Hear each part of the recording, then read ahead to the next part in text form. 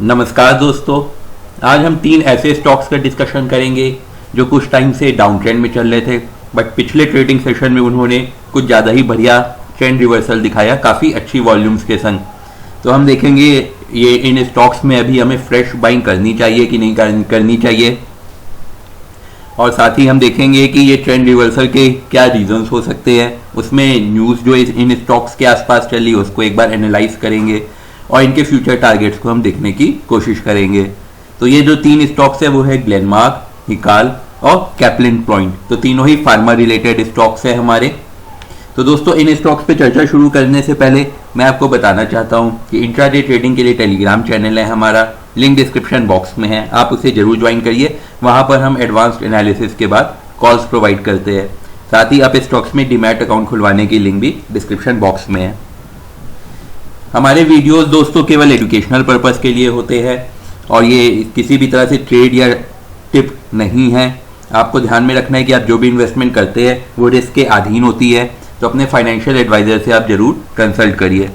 आइए दोस्तों अब हम इन स्टॉक्स पे चर्चा शुरू करते हैं। तो दोस्तों आज की जो न्यूज़ आई है ग्लेनमार्क की, आज की नहीं मतलब 2 दिन पहले की, वो है कि API subsidiary of Glenmark pharma to file DHRP soon to reduce depth. तो ये देखिए, आप इसको और जाएंगे तो ये देखिए ये इनकी जो ग्लेनमार्क लाइफ साइंसेज है जो इनकी सब्सिडियरी है, एपीआई में ज़्यादा डील करती हैं, तो उसके लिए अलग से एक आईपीओ बनाने का प्लान बन रहा है 1500 से 2000 करोड़ का इसी फाइनेंशियल ईयर में। ये लेटेस्ट न्यूज़ थी ग्लेनमार्क को लेके। और अगर मैं थोड़ा सा पहले जाऊं तो इनको कुछ कोविड क्रेडिट लाइन मिली है आईएफसी से, तो एक और ये इसके लिए पॉजिटिव न्यूज़ है। और थोड़ा सा अगर हम और देखें तो इनको 3 या 4% इनमें बढ़ोतरी हुई थी लास्ट वीक भी। तो यूएस एफडीए की कुछ नोट मिली थी इनको, कुछ अपने स्पेसिफिक कुछ कैप्सूल्स बनाई थी उसको लेके, सॉरी 1.10% की ही बढ़ावट हुई थी, कोई बहुत ज़्यादा बढ़ावट नहीं हुई थी मार्केट में। तो ओवरऑल ग्लेनमार्क के आसपास अभी पिछले 10 दिनों में काफ़ी पॉजिटिव न्यूज़ निकल के आ रही है। तो हो सकता है ये आगे आने वाले दिनों में आपको अच्छा ट्रेडिंग सेशंस दिखाए।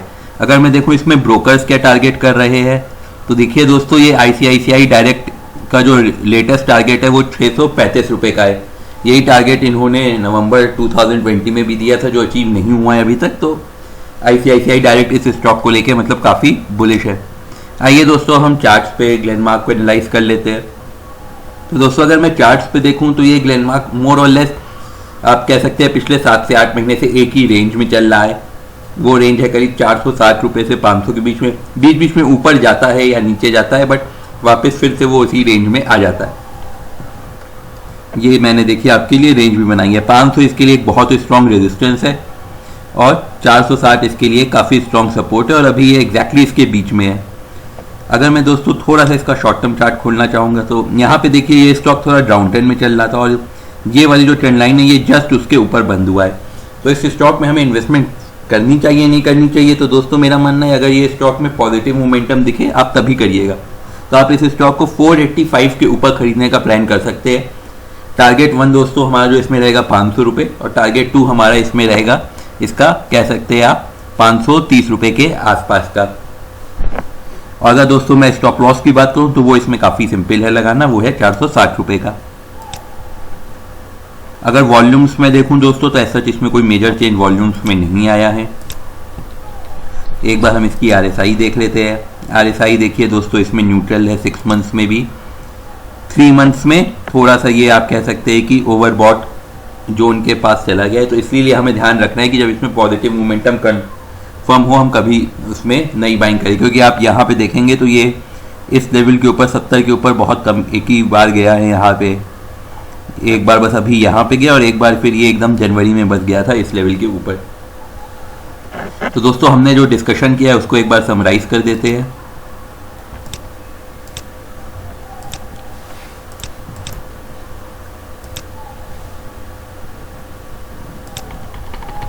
तो इस स्टॉक को दोस्तों आप बाई करना चाहते हैं तो अब 485 करिएगा ताकि आपको कंफर्म हो जाए कि इसका ट्रेंड रिवर्सल हो चुका है। स्टॉप लॉस इसमें दोस्तों आप 460 रुपये का लगाइएगा, 460 के नीचे, और आप अपना इसमें जो टारगेट 1 लेके चल सकते हैं वो 500, और दूसरा टारगेट हम इसमें 530 रुपये तक का लेके चल सकते हैं। लॉन्ग टर्म टारगेट आप इसमें 600 के आसपास का लेके चल ले सकते हैं। फंडामेंटली कंपनी स्ट्रांग है और आगे आने वाले दिनों में काफ़ी अच्छी राइज भी दिखा सकती है।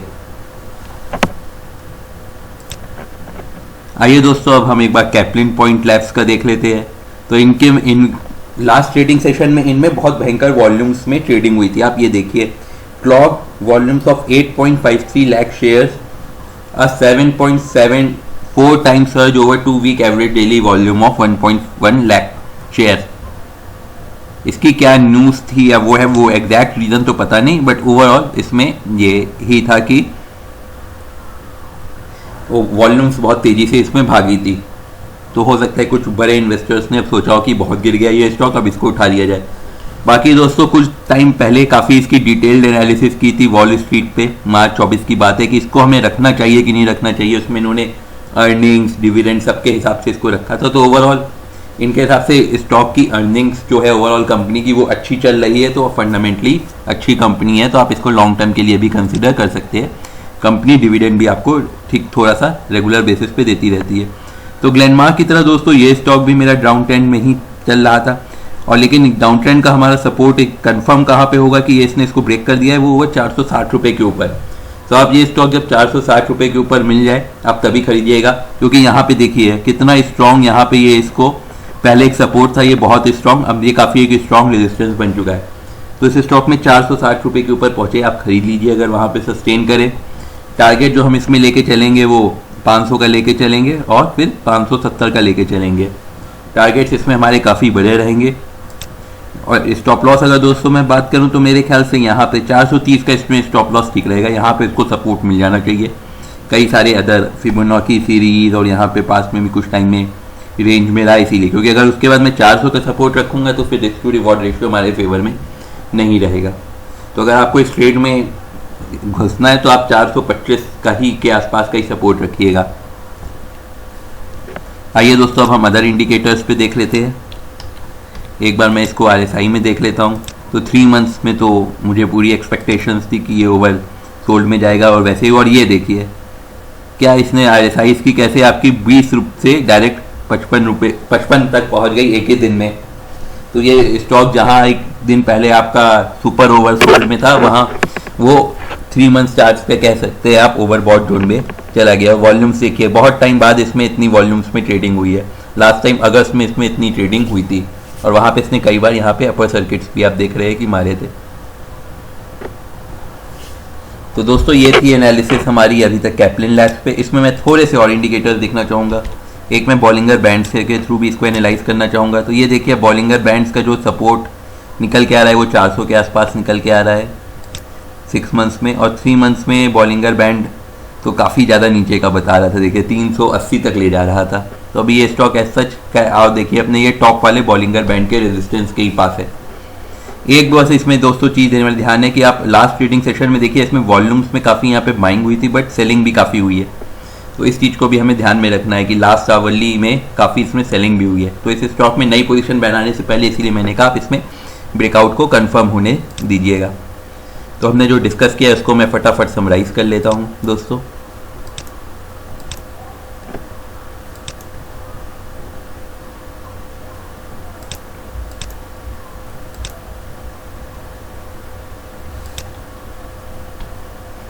तो दोस्तों इस स्टॉक को आप खरीदिएगा बाई अबव 460 अगर मेरी मानिए तो। स्टॉप लॉस इसमें आप लगाइएगा 425 के अराउंड।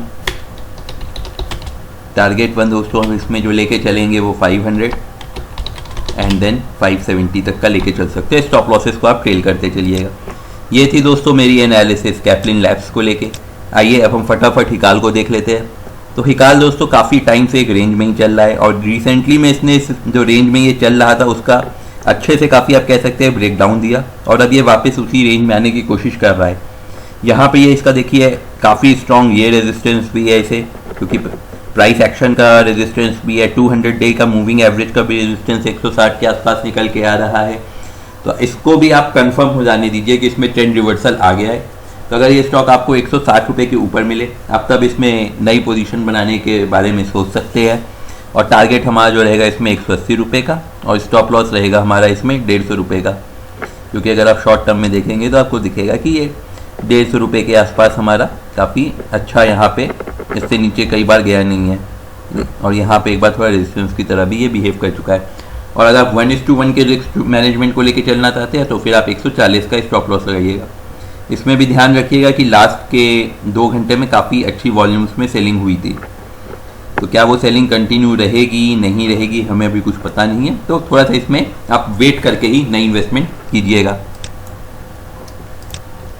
इसकी भी मैं RSI वैसी ही उम्मीद कर रहा हूँ जैसी कि हमारी कैप्लिन पॉइंट की थी। हाँ दोस्तों, 3 मंथ चार्ट में तो मोर और लेस एग्जैक्टली वैसी ही है, और आपके यहाँ पे भी देखिए 20-22 से ही डायरेक्ट आपके 60 के आसपास पहुँच गया है।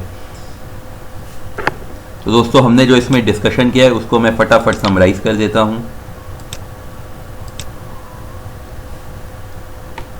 इस स्टॉक को दोस्तों सिंपल है, बाई अबव 160, टारगेट हमारा रहेगा 180, स्टॉप लॉस आपके ऊपर है, रिस्क पोटेंशियल आपकी कितनी है उस हिसाब से, तो 150 या 140 आप इसमें स्टॉप लॉस लगा सकते हैं। 140 स्टॉप लॉस काफ़ी स्ट्रॉन्ग इसका सपोर्ट का एरिया रहेगा, तो अगर आप 140 का स्टॉप लॉस लगा रहे हैं तो 150 तक अगर पहुँचे तो फिर आप थोड़ा सा एवरेज आउट भी कर सकते हैं। आपकी ट्रेडिंग स्ट्रैटेजी के ऊपर ये डिपेंड करता है। तो ये थी दोस्तों हमारी एनालिसिस इन तीनों स्टॉक्स को लेके। उम्मीद है आपको वीडियो पसंद आया होगा। आप हमें लाइक एंड सब्सक्राइब कीजिए, उससे हमारा मोटिवेशन बना रहेगा। साथ ही आप हमें टेलीग्राम, ट्विटर, फेसबुक पर फॉलो कर सकते हैं। द ट्रेडिंग बुल्स के नाम से हमारा पेज है। आपके मन में जो भी विचार हो आप कमेंट सेक्शन में लिखिए, हम जल्द से जल्द उस पर रिप्लाई करेंगे। धन्यवाद दोस्तों।